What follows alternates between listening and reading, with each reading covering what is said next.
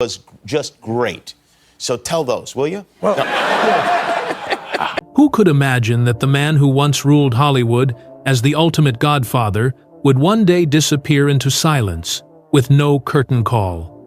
At 74, Al Pacino, the icon who defined intensity, who gave voice to rage, sorrow, and triumph, now walks in and out of scenes unnoticed, as if fading before our eyes.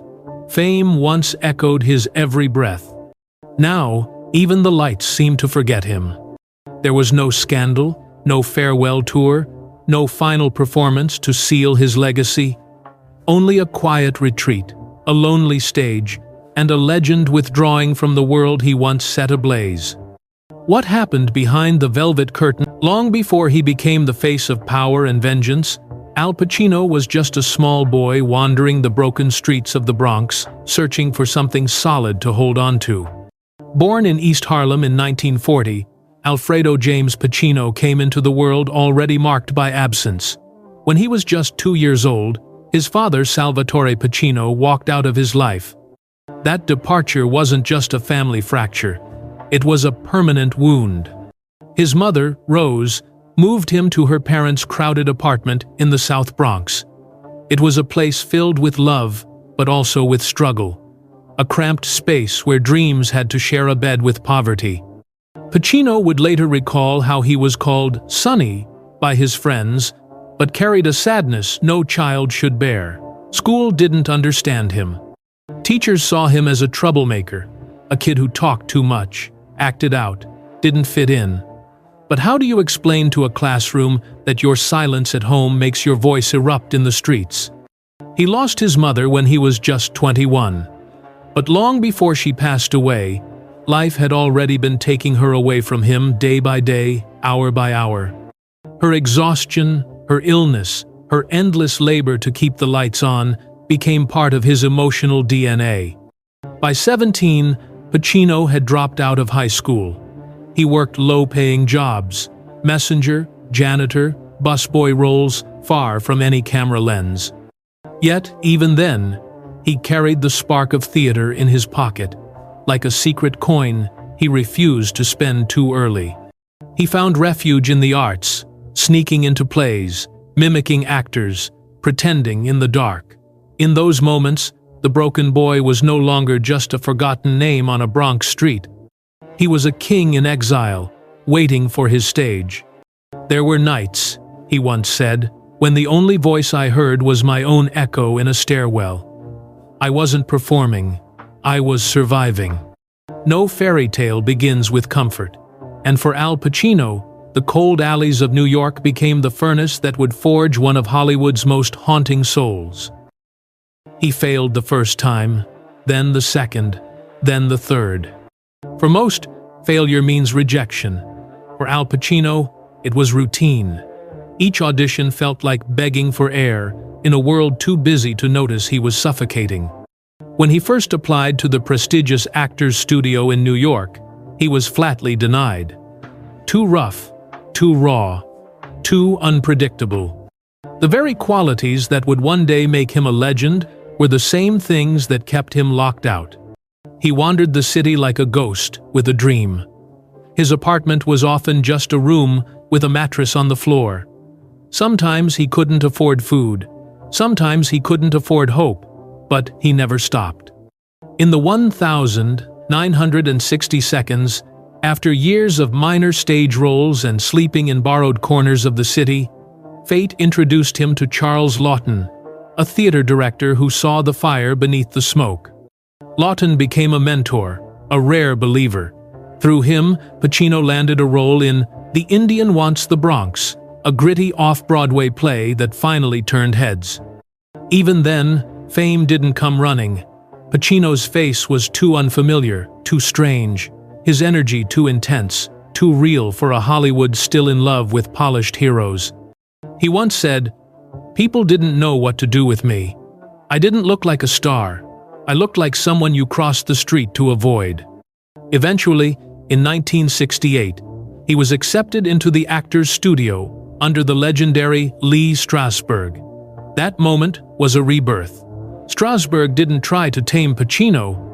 He taught him to channel his rage, his pain, his silence into characters that bled truth. Still, the climb was brutal. For every role he landed, there were 10 doors slammed in his face. For every line he delivered, there was a critic who dismissed him as too much. But something inside him refused to break. He wasn't acting to be seen. He was acting because it was the only way not to disappear. He wasn't chasing fame. He was fighting extinction. When The Godfather hit theaters in 1972, the world changed, and so did Al Pacino. Overnight, he was no longer just another struggling actor. He was Michael Corleone, cold, calculating, heartbreaking. A son who chose power over love, vengeance over peace. Audiences didn't just watch him. They were haunted by him.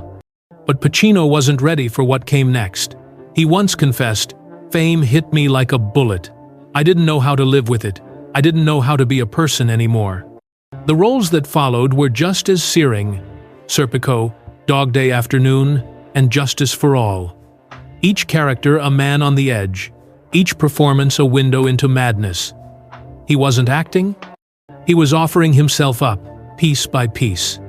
Awards poured in, nominations, global acclaim, cult status. By the late 70s, Pacino wasn't just a star.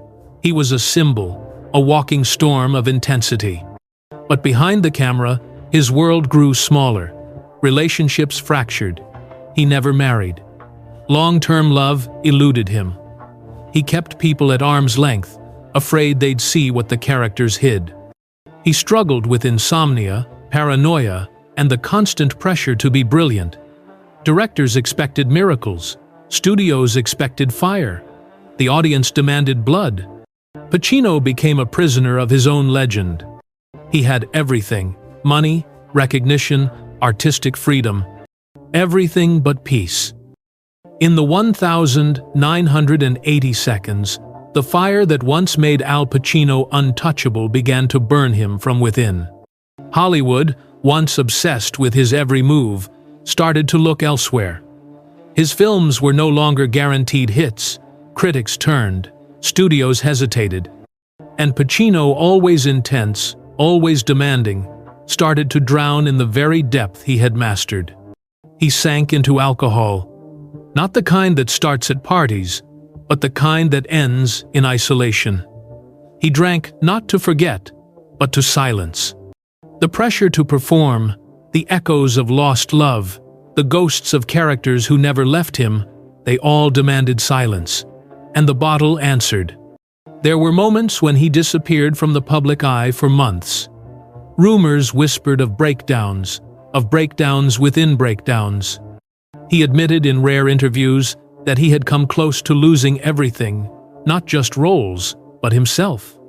There were days, he once said, when I didn't know who I was. Not the actor, not the man, not anyone.